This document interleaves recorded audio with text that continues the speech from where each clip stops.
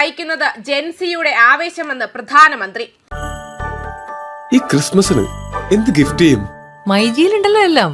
Home appliances, kitchen appliances, small appliances, glass and crockery, digital gadgets, digital accessories, കൂടുതൽ ഓഫറുകൾ, കുറഞ്ഞ EMI. നേരെ മൈജിയിലേക്ക് പോയ പോരെ.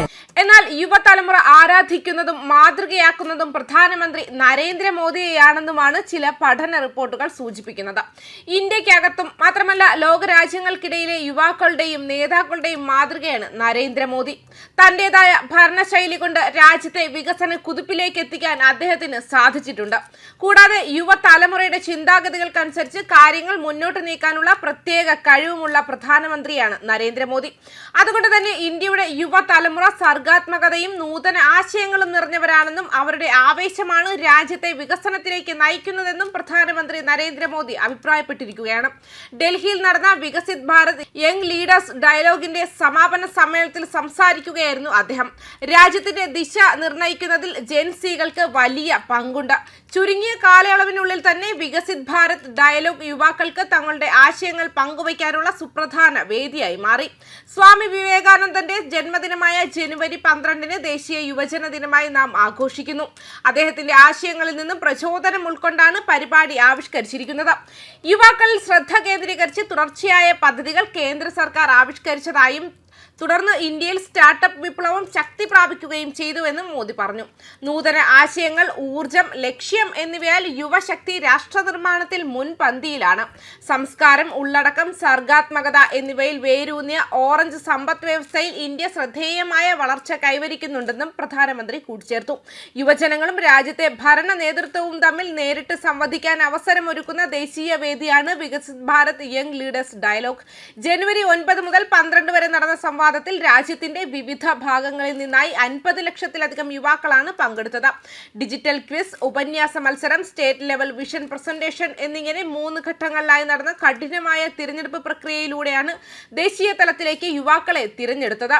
ഇന്ത്യയിൽ നിന്നും വിദേശത്തു നിന്നുമുള്ള യുവ പ്രതിഭകൾ സംവാദത്തിന്റെ ഭാഗമായി. മാത്രമല്ല അയൽ രാജ്യമായ ബംഗ്ലാദേശ് ഉൾപ്പെടെ വിവിധ രാജ്യങ്ങളിൽ സർക്കാർ വിരുദ്ധ പ്രതിഷേധങ്ങളുടെ ഒരു പരമ്പര നയിച്ചുകൊണ്ട് കുറച്ചുകാലമായി ആഗോള തലക്കെട്ടുകൾ അടക്കി വാഴുന്ന ജനറൽ ഇസഡിനെ അദ്ദേഹം പ്രശംസിച്ചുകൊണ്ട് സംസാരിച്ചു. ചില പ്രതിപക്ഷ നേതാക്കൾ അവരുടെ പ്രതിഷേധങ്ങളെ പരാമർശിക്കുകയും പ്രധാനമന്ത്രി മോദി സർക്കാരിനെതിരായ പ്രക്ഷോഭത്തിൽ അവരെ സഹായിക്കാൻ ശ്രമിക്കുകയും ചെയ്തതിന്റെ പശ്ചാത്തലത്തിലാണ് അദ്ദേഹം ഈ വാക്കുകൾ പറഞ്ഞത്. ജനാധിപത്യത്തെ രക്ഷിക്കാനുള്ള ശ്രമത്തിൽ രാഹുൽ ഗാന്ധിയുടെ നേതൃത്വത്തിലുള്ള കോൺഗ്രസ് പ്രചാരണം യുവതലമുറയിലേക്ക് എത്തി. നൂതന ആശയങ്ങളും ഊർജവും ലക്ഷ്യവുമുള്ള ഇന്ത്യയിലെ യുവാക്കൾ രാഷ്ട്ര നിർമ്മാണത്തിൽ മുൻപന്തിയിലാണെന്നും പ്രധാനമന്ത്രി മോദി പറഞ്ഞു. അടിമത്തം നിറഞ്ഞ മാനസികാവസ്ഥ ഉപേക്ഷിച്ച് ഇറക്കുമതി ചെയ്യുന്ന ഉൽപ്പന്നങ്ങളെ ഗുണനിലവാരത്തിന്റെ ഉറപ്പായി കാണുന്നുവെന്നും ഇന്ത്യൻ ഉൽപ്പന്നങ്ങളെയും പാരമ്പര്യങ്ങളെയും അപകർഷതാ ബോധത്തോടെയാണ് കാണുന്നതെന്നും അദ്ദേഹം പറഞ്ഞു. വിദേശത്തു നിന്നുള്ള മികച്ച രീതികൾക്ക് തുറന്ന മനസ്സുള്ള വിവേകാനന്ദനെ പിന്തുടരാൻ യുവതലമുറയെ അദ്ദേഹം പ്രോത്സാഹിപ്പിച്ചു. എന്നാൽ ഇന്ത്യയുടെ പൈതൃകത്തെക്കുറിച്ച് പ്രചരിച്ച തെറ്റിദ്ധാരണകൾ സ്വീകരിച്ചു. രാമായണം, മഹാഭാരതം തുടങ്ങിയ ഇതിഹാസങ്ങൾ ഉൾപ്പെടെയുള്ള ഇന്ത്യൻ കഥ പറച്ചിലിന്റെ സമ്പന്നമായ പൈതൃകത്തിലേക്ക് തിരിയുമ്പോൾ ഗെയിമിംഗ് മേഖലയിലെ പുതിയ സംരംഭകർക്ക് പുരാണ കഥകളെ ഗെയിമുകളാക്കി വികസിപ്പിച്ച് ആഗോളതലത്തിൽ കൊണ്ടുപോകാൻ കഴിയുമെന്നും അദ്ദേഹം അഭിപ്രായപ്പെട്ടു. നമ്മുടെ ഹനുമാൻജിക്ക് ലോകത്ത് ഗെയിമിംഗിൽ ആധിപത്യം സ്ഥാപിക്കാൻ കഴിയുമെന്നും അദ്ദേഹം പറഞ്ഞു. അത് ഇന്ത്യൻ സംസ്കാരത്തെ ആധുനിക രീതിയിൽ കയറ്റുമതി ചെയ്യുമെന്നും കൂട്ടിച്ചേർത്തു. ബഹിരാകാശം മുതൽ ആണവോർജം, പ്രതിരോധം വരെയുള്ള നിരവധി മേഖലകൾ തുറക്കുന്നതും നിയന്ത്രണങ്ങളിലും നികുതികളിലും ഇളവ് വരുത്തുന്നതും നയപരമായ സ്തംഭനവും അടിസ്ഥാനപരമായി കാര്യങ്ങൾ നടപ്പിലാക്കാൻ കഴിയാത്തതിന്റെയും പേരിൽ ആരോപിക്കപ്പെട്ട UPA കാലഘട്ടവുമായി അദ്ദേഹം താരതമ്യം ചെയ്തു.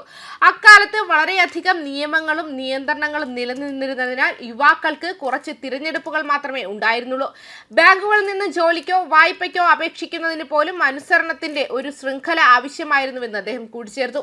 ഒരു മുഖ്യമന്ത്രി എന്ന നിലയിലും ഇപ്പോൾ പ്രധാനമന്ത്രി എന്ന നിലയിലും യുവതലമുറയിലും നിങ്ങളുടെ കഴിവിലും ഞാൻ വളരെയധികം വിശ്വാസം അർപ്പിച്ചിട്ടുണ്ട്.